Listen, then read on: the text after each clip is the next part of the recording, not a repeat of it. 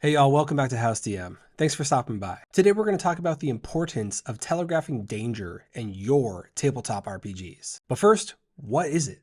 Telegraphing danger is the act of informing your players the truth about the level of danger they are about to encounter in your game. Some call this a tool or a mechanic of old school style RPGs. I kind of prefer the term philosophy, but that's just me. The main point is inform your players. Maybe the location your players are traveling to has deadly encounters that must be avoided at all costs. Or the monster they stumbled upon is too strong for them to fight at their current level. Or some event they surely won't survive if they don't act quick, like a cave-in or an erupting volcano. Adopting this philosophy improved my DMing in two ways. One, it invited my players to creatively come up with a new solution to tackling their next challenge. A big part of this game is making choices, and telegraphing danger to your players prompts them to make a choice. Do you proceed as you were with the DM's warning, or do you pause for a moment to come up with something clever that you think might give you the upper hand? This invitation to think outside the box puts the spotlight on your players to try something cool, and trying cool things is how good stories are made. Lift your players up and give them the opportunity to try cool shit, or fail trying. That to me is the core of good tabletop role playing. Now, I want to emphasize the failing part of what I just said. It's a great segue to the second reason this philosophy improved my DMing. Telegraphing danger relieves the DM of responsibility.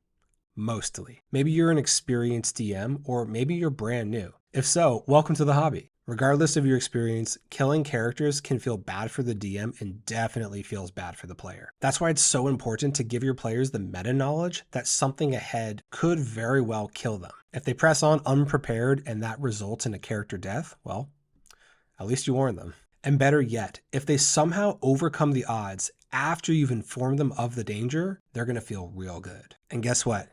You will too. On a side note, killing characters and this false prophet or ideology about game balance gets a little bit murky. I've learned that the internet has very strong opinions about what a fair challenge should look like in our fictional game. This probably deserves its own video, so let me know in the comments if you're interested in me diving into that. So at this point, you know what telegraphing danger is, and maybe you like the idea of it. So how do you do it? Let's start by sharing an example of how I personally would telegraph danger to my players. 3 days ago, your group left the village of Crookback Bog with a map leading you to the lost temple of Memnon. Yesterday, you warded off swarms of biting insects as you traversed the wretched swamps. The journey has been difficult.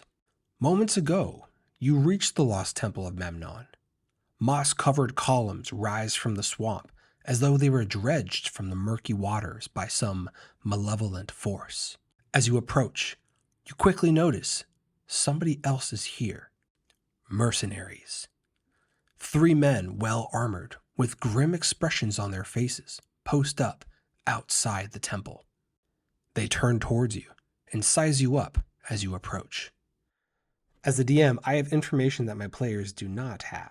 I know these 3 mercenaries are tough as nails, they've survived countless battles, and they're highly skilled at killing. They were hired for a job, and they have a real strong work ethic. Also, their stat blocks are pretty impressive, and they have way more hit points on average than my PCs. So here's how I telegraph this danger to my players. These mercenaries look battle-hardened and grip their weapons with seasoned confidence. 2 of them have large visible scars from a prior battle. You're outmatched. What do you do? That simple. Now my players can try all sorts of things. Maybe they chat with them, try to bribe them, lure them into the swamp, sneak past them. Who knows? That's entirely up to them. The point is, I gave them the meta knowledge that a fight will most likely not go in their favor. Before we move on to a less human-centric example, I'd greatly appreciate it if you smash the like button so this video could be telegraphed to a wider audience. It helps me out a ton and it's completely free, so thank you. Now, let's move on to that second example. The darkness is unbearably oppressive. Your uneasy guide rushes you forward through the dusty ruins with haste.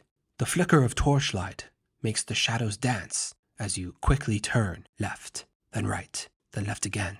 He turns down another corridor and stops. Suddenly, you hear a loud and aggressive clicking noise, followed by a loud hiss. Your guide, frozen in place and staring into the darkness, signals you to stop and be quiet with one hand. Your guide looks back at you and then peers around the corner to have a look. you faintly hear an exasperated, "Shit, a minor complication." As you creep forward, you all see a large, snake-like monstrosity coiled around a massive multi-legged insect, brandishing sharp-looking mandibles. The serpent lashes out at the bug with a loud hiss, sinking its fangs into the natural armor of its nemesis. They twist and crash to the ground in a terrifying fight to the death. Fortunately, they seem preoccupied.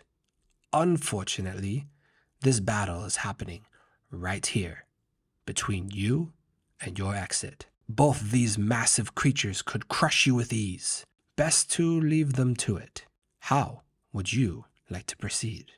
Now, in this example, our party unfortunately stumbles upon a battle between two large subterranean dwellers. I recommended it would be best to leave them be, but how would they avoid getting involved? Will they decide to try to fight anyways and gang up on the more powerful creature? Or attempt to sneak by undetected? Not so easy with a heavily armored party. An exciting choice for your players to make, nonetheless. The philosophy of Telegraphing Danger makes sense for games like BX D&D, Old School Essentials, Shadowdark, Deathbringer, Knave, or pretty much any other rules light or OSR style tabletop RPG. It's important to telegraph danger in this type of game because you have so few hit points and combat really is meant to be a very last resort. With that said, it's completely possible for a 4th level character to just die from a stray arrow. So avoiding the fight entirely was often a better strategy than rolling for initiative. It also helped that XP was earned for collecting gold and treasure and not so much for killing things. Now, modern games like 5th edition don't really allow for this level of lethality. Unless of course your DM intentionally ramps up the number of monsters you face, changes their damage rolls, or does something like completely remove death saves. I played 5e D&D for about 3 years, both as player and DM. Very rarely did I actually fear for my character's life as a player. Our paladin always kept up some lay on hands, our cleric had aura of vitality,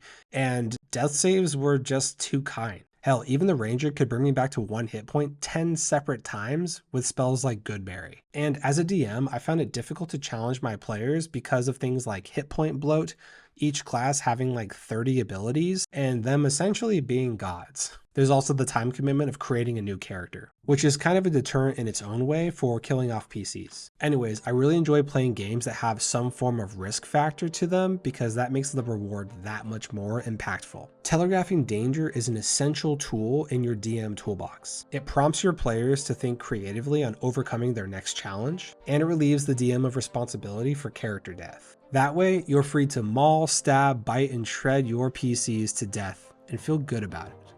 Thanks for watching. See you next time.